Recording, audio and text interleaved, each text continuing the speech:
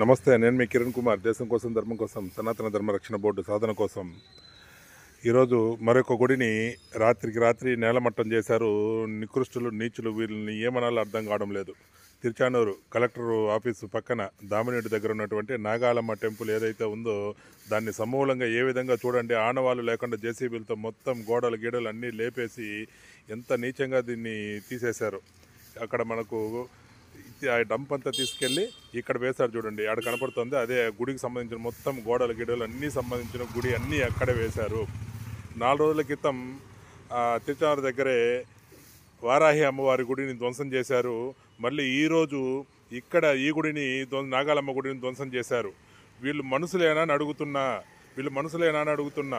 భారతదేశంలో సనాతన ధర్మానికి మూల బిందువులైనటువంటి నాగాలమ్మ గుడిని, వారాహమ్మ గుడుల్ని, ఈ విధంగా గుడుల్ని సమూలంగా నాశనం చేస్తున్నటువంటి వీరు తీవ్రవాదుల కన్నా నీచమైన వాళ్ళు. వీరి మీద ఇటు మొన్న జరిగినటువంటి ఈ వారాహి గుడికి ధ్వంసానికి కారణమైన యదవల్ని అరెస్ట్ చేసి లోపలేసింటే ఈరోజు ఈ దాష్టికం జరిగేది కాదు కదా.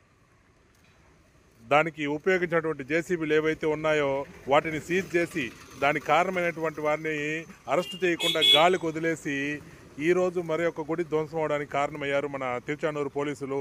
ఇది చాలా అన్యాయం, తీవ్రమైనటువంటి నేరం. ఇది కూటమి ప్రభుత్వం మీరు కూల్చేస్తున్నారు, సనాతన ధర్మాన్ని కూల్చేస్తున్నారు. కూటమి ప్రభుత్వం వల్ల బాగుపడుతుంది అనుకున్నాం, కానీ ఈ విధంగా సనాతన ధర్మం కూలిపోతుంది, నాశనం చేయడానికే అనే దీంట్లో మీరు కనపడుతున్నారంటే చాలా బాధాకరంగా ఉంది. ప్రజలారా ఒక్కసారి ఆలోచించండి, నిద్ర లేవండి. ఇంకైనా హిందువులారా నాకెందుకులా అని మీరు ఎవరికి వారు విడిగా ఉంటే ఈ విధంగా సమూలంగా మన ధర్మాన్ని, మన సనాతన విలువల్ని సమూలంగా నాశనం చేయడానికి నికృష్టులు తయారయ్యారు. గతంలో ఒక విగ్రహం పడిపోతేనే ఈ కూటమి ప్రభుత్వం మొత్తం గగ్గోలు చేశారు, ఒక విగ్రహాన్ని ధ్వంసం చేస్తేనే.